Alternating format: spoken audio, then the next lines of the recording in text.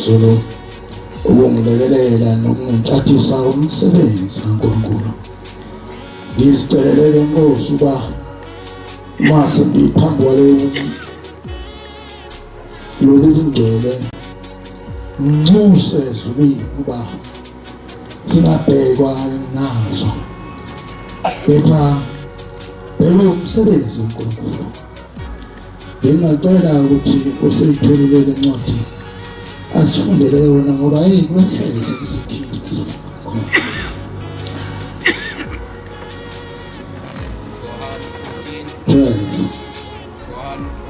Matthew 17.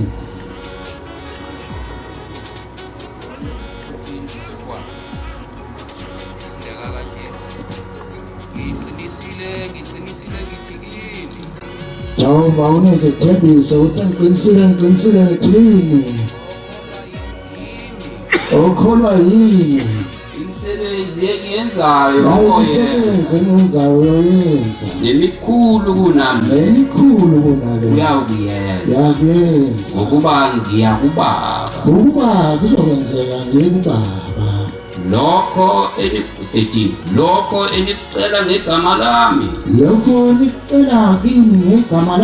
ngokwenza ukuba uyise adunyiswe ngendodana. 14 Uma nicela utho ngegama lami ngolwenza ade siphambi kwenyawo sibika abantwana benkosi besicela konke esicabanga ukuthi kumele sicele ngoba sinesethembiso esethembiswa sona ukuthi uma sicela utho ngegama lakhe uyosenzela kabongishela. 15 Uma ningithanda nani imiyalo yami angisokunselela lesala nayo ukuthi siyigcina imiyalelo yakhe. 16 Ngiyacela kubaba aniphe omunye umthokozisi wokuba ahlale nani kuze kube phakade. 17 Ngisho umoya weqiniso njengoba izwe nilibona liyaluza njengoba lehluleka ukumukela ushembe ukuthi uyinkosi nomsindisi ngokuba lingamboni lingamazi futhi alimazi kodwa nina niyamazi. Kodwa thina ngoba saba nenhlanhla sadlula amehlo sabona ezulwini sisemhlabeni siyamazi ngoba ehlala nani njengoba naye ephakathi kwethu uyoba phakathi kwethu ngekhathi zonke. Uzokhuluma nje indaba emfishane ngidedele ubaba umvangeli ngisamgulela amazolo ngoba phela ingqwele wethu kufanele ukuthi senze ingaveli igcolo amazolo ngesikhona kwengathi besingekho. Abantwana benkosi enkulu yasebuhleni bamaNazaretha cela nje ukukhumbula indaba eyodwa engizokhuluma ngayo. Ikhona indaba eye ingenze ngibone ukuthi ushembe ungovele ezulwini.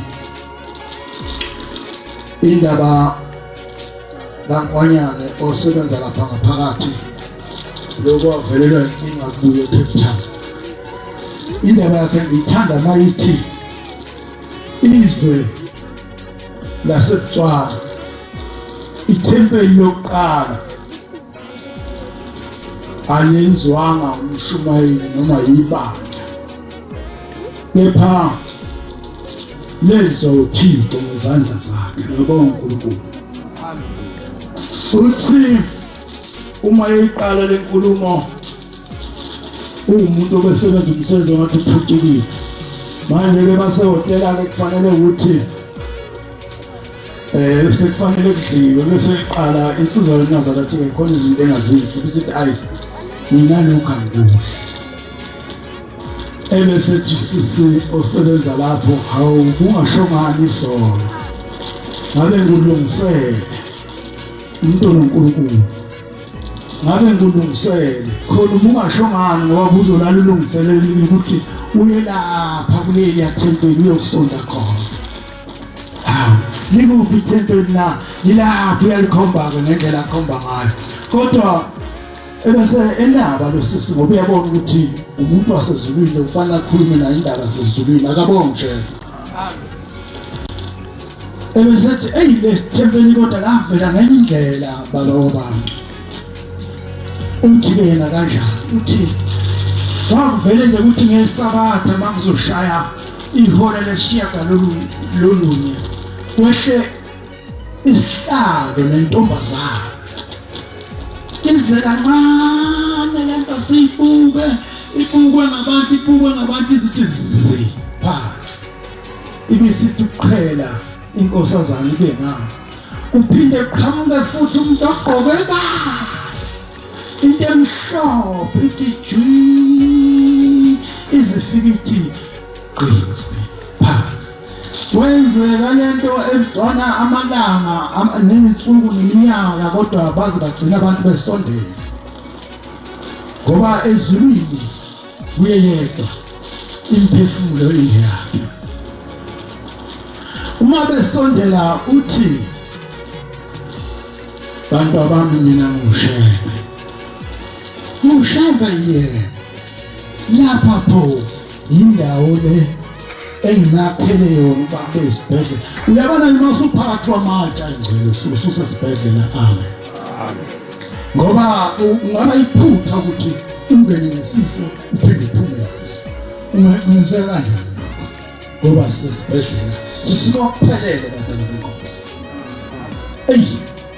Athule umfo wenkonyane abone ukuthi naye ushembulethi amazi ngamazi ichaze ke lentokazi ukuthi cha wasebalandisa kabantu ukuthi ngishembe kanje ngidunyiswa kanje obaphathela nesihlabelelo bakwazi ukuthi badumise uThixo ngendlela okufanele bamdumise ngayo.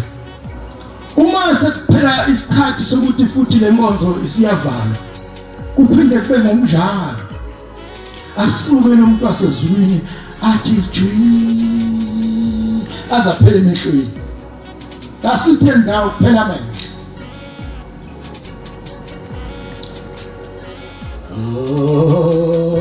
Mhlamina ngethelile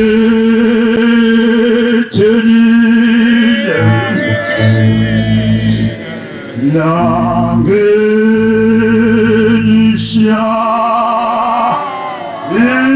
iselakithi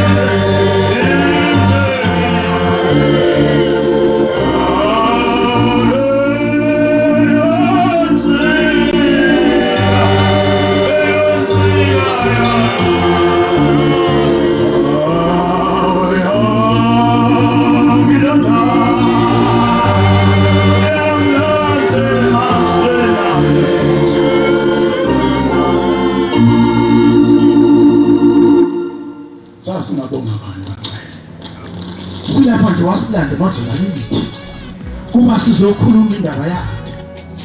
Engikuthanda kuye kayibhekanga izolo esasinazo, akayibhekanga indlela ezimbi esasizenza, kepha wasilanda ukuba sizodumisa nabangcwele bakhe. Njengoba sivuka size kule ndawo nje sizokhonga ubungcwele, sizokhokha inkomo yakhe lapha silanda khona. Uthike lo muntu kaNkulunkulu mayekhuluma uthi uyothima phela amehlo sithela le yanto emhlophe kade siyibuka bese sisuka isihlalo ngokunjalo nale nkosazana kube ngesinjalo kuze kuyoshona kuphela amehlo kuyaphezulu. Ushembe uNkulunkulu bangcwele.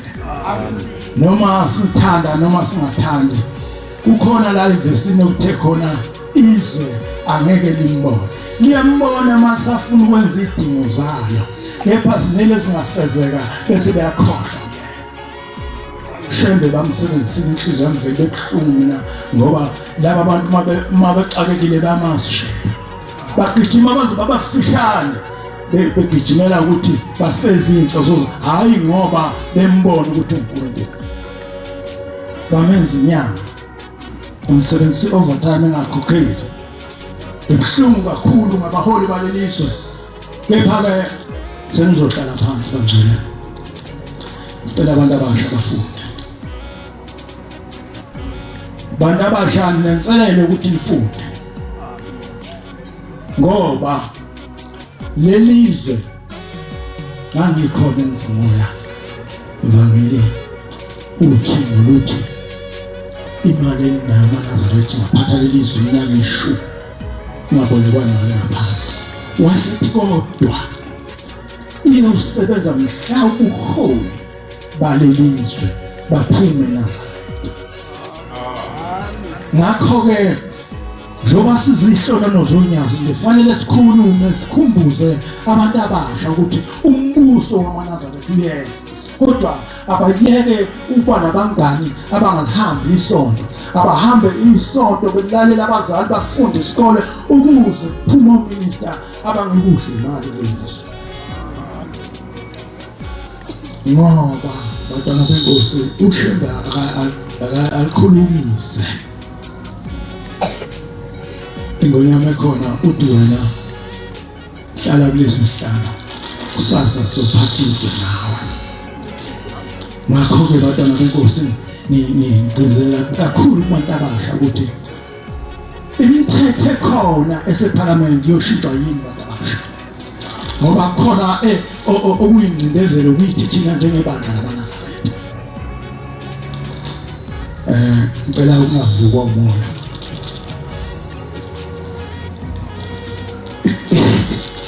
Yenzeka phela uvuke umoya uzokhuluma kade kanti ubutsheliwe ukuthi kwenzakalani.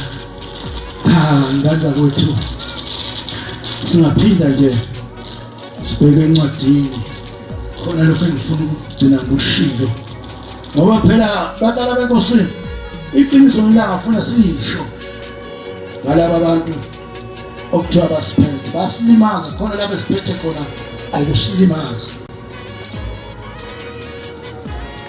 ngoba isikaningi basuke begijimisa lokho abasuke bekubona ukuthi kufuna kube usizo kubo. Ngaphamba ngihlale phansi ake sibheke incwadi kaMathewu 12 kuya evesini lika 43. Ngikhuluma lapha nabangcwele nangokuthi uma usukuleli bandla ziningi izinto ezenza ukuthi kuleli bandla uzibone usekhaya. Ziningi izinto ezingasehlela kuleli bandla sithi sihamba khona sihamba ehlathini.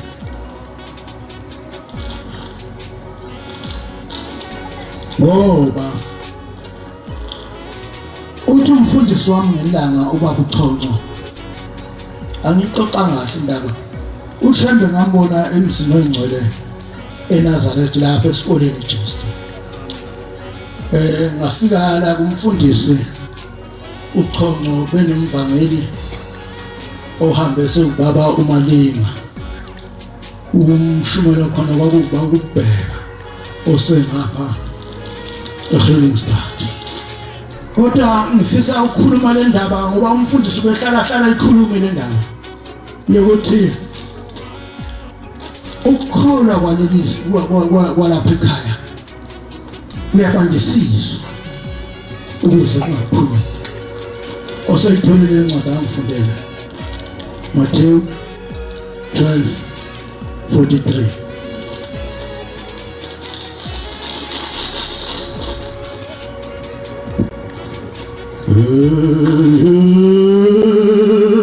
Eza osinina ngeta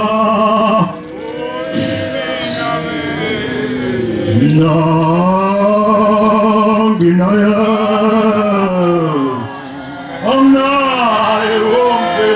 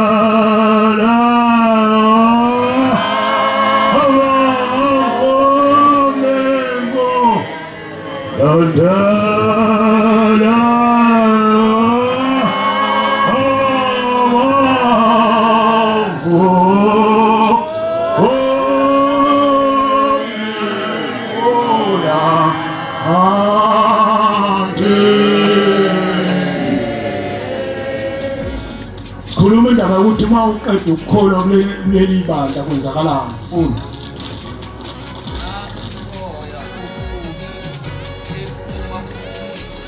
Kuyenzeka uma ukhetha inkosi kuleli bandla bese uyabhabhadiswa.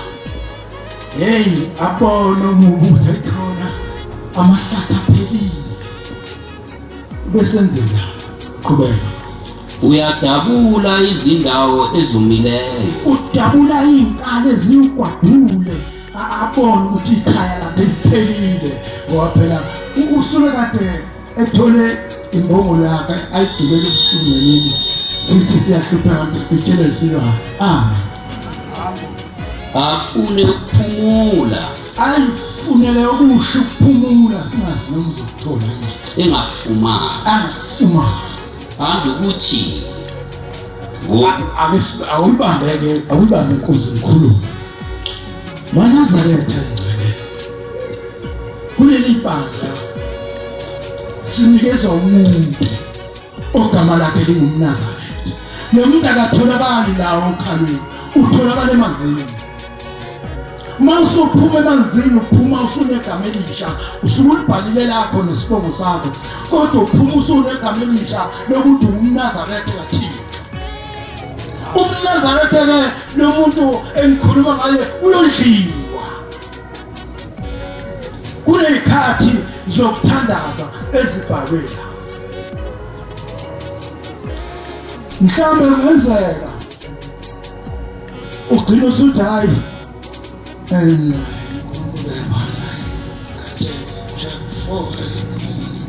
shembe yabona akusebenzi kanjalo ngoba uzokwenzeka indlu obuyishanelile uthi uzongena kuyogcina sengena umuntu ngoba usebonile ukuthi uthaka kuphi. Qhubeka mama. uthi ngobuyela endlini yami ngaphuma kuyo. Andi ubacabange mayisacabanga usuke sakusingeleza kulezi zintathe ngizibala ukuthi yikuphi okwenzayo yikuphi ongakwenziyo ebese bondona ingceba ngizongena se efikile ayifumana ebese ayifumana ingenamuntu ishanelile ihlotshisiwe khona ahambe athabathe abanye omoya abayisikhombisa ababi kunaye. Ngizwe kahle uMnazaretha ongcwele ulanda abangaphezulu kwakhe ngokwamandla obubi. Kusho ukuthi bangaki manje basishiyagalombili omoya bafuna ukuthi baqetule, ngoba utholakala inxeba kodwa inxeba ntona ubani umvuso onyamazana loyo behlezelo owayephume wahamba lo behleze zolunguza ukuthi ngempela la kwavalwa ngempela yini. Mayethola ukuthi iqapha ziyanyakaza ebese uyangena abona ukuthi okay ngangena kodwa manje angihamba abanye ukuze noma uyavuka acindezelele. Bangene bahlale khona. Bangene bese bayahlala. Bese sithi sinawe la esontweni usole konke. Kanti hayi ngoba indlu yakho siyathatha. Uma kwenziwa lokho uzuthi khona abantu ongabaphile esontweni. Ubani ozocela abantu? Wathi nje cha mina shembe ngicela ukukhola kodwa ngizothi lapha nomunye wazothola uJosaka yomndeni yakhe ukuthi sizohlakula ukuthi imeno nokukhuluma babekhuluma ngaphambili. Ngakhula mina ezontushe bewandiza wawelesiweni enhlakathi. Lokukhuluma kokhulunywa ngabantu abaphilayo betshela mina ngingane kodwa uyabona ukuthi la macala afuna mina ukuthi ngiwashashazele.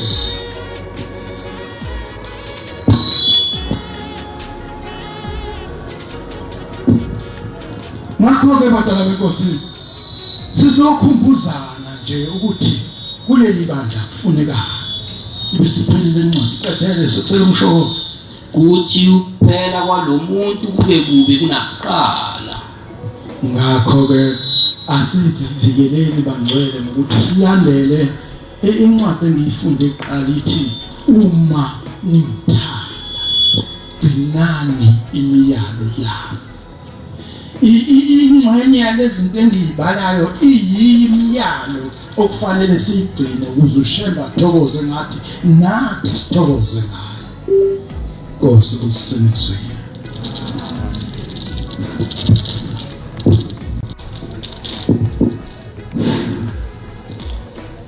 Baba uShumayeli siyabonga inkonzo enhle enkulu kangaka engathi uJehova-ke angaba nawe akubusise. Amen. Ngcwele uMshumayeli useyikhulumile kakhulu.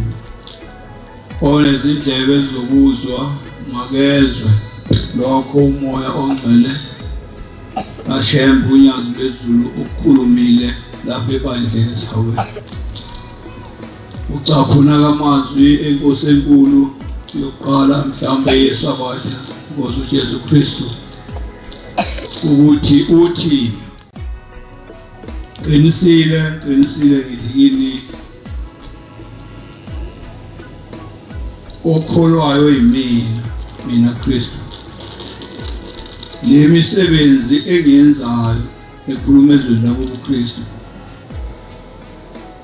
uyoyenza okholwa uyokwenza ngisho emkhulu kunale. Ukuthi le nkosi yesabatha leya ikwa-Israyeli yayingenawo umona, umsebenzi eyayiwenza ayihambanga nawo emhlabeni mayibulawa esiphambanweni, yawushiya kuShembe ukuthi awuqhubele phambili.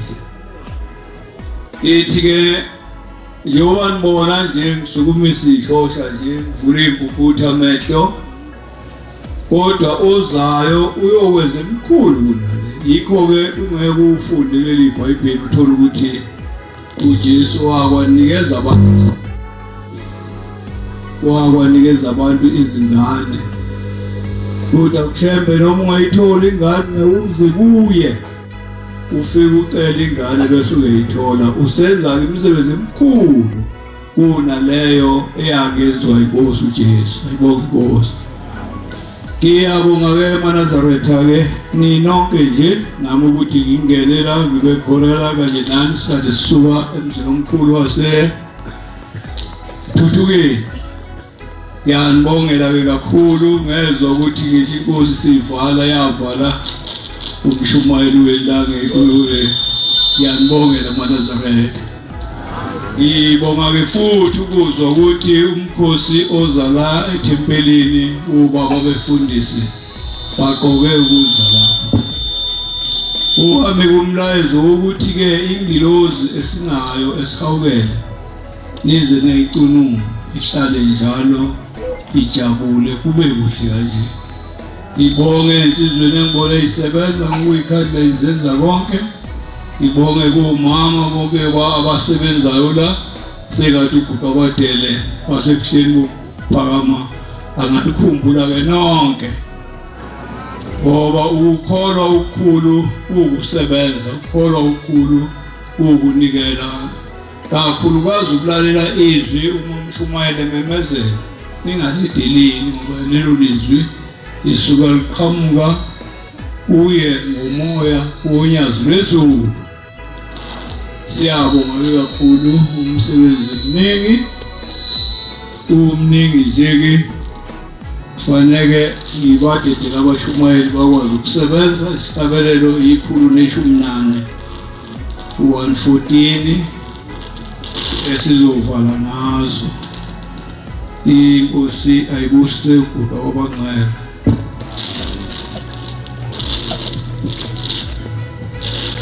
Inkosi yama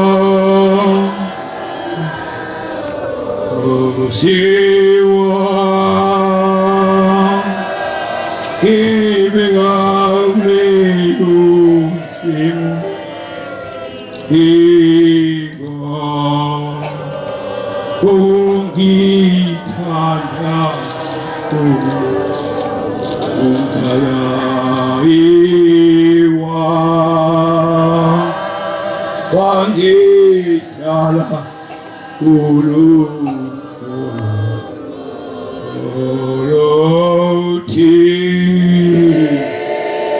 ikonkusiyama